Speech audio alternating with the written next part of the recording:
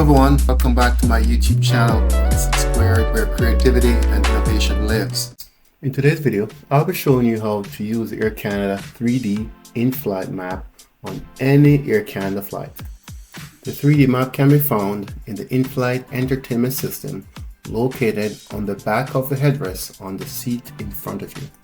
Press the power button to start up the in-flight entertainment system. After powering up the screen, tap the View Map option. The flight map will appear with two options to choose from, small or full screen view. So once the view is selected, wait for the 3D map to load.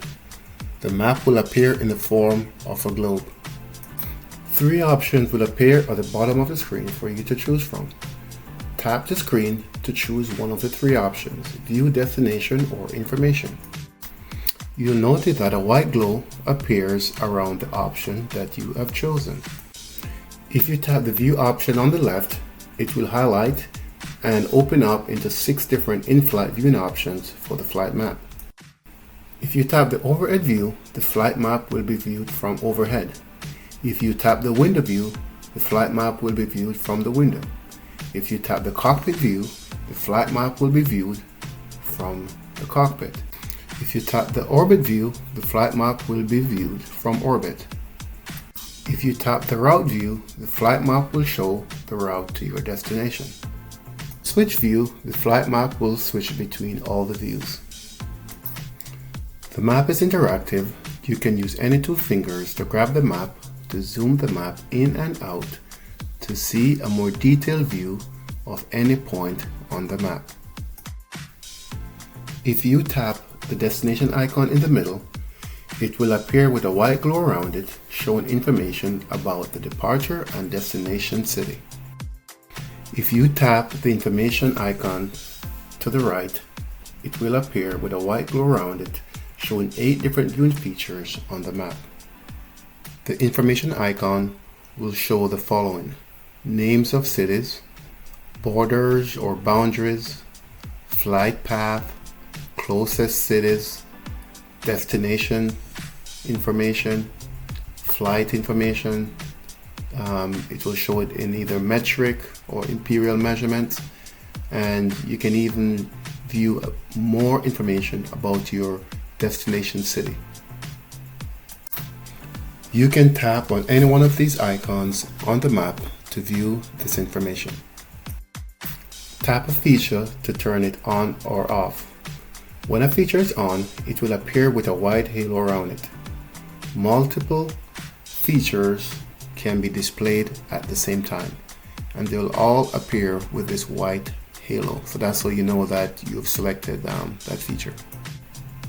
If you tap on the gray header or banner at the top of the screen, it will expand to show additional flight information such as altitude, aircraft speed, flight number, and arrival time to your destination. Located in the top left hand corner of your screen is an autoplay button, and it will allow you to see all the in-flight views, the destination details, and the information features of the map, and all of this will be on repeat, so you could just leave it on auto mode and it will just continue to play this until you exit this mode. So to exit the autoplay mode, tap on the pause button, also located in the top left hand corner of your screen. So if you want to view the flight map in a small window, tap the return icon located in the top left hand corner of your screen, and this will allow you to return to the home screen or main menu.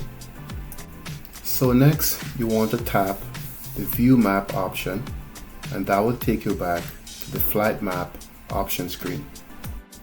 So if you select View Flight Path in small window, it will allow you to view the map in a small window while you view other content that's available on the in-flight entertainment system, such as movies, or if you want to listen to music, you can do that while having the map in a small window available in the background.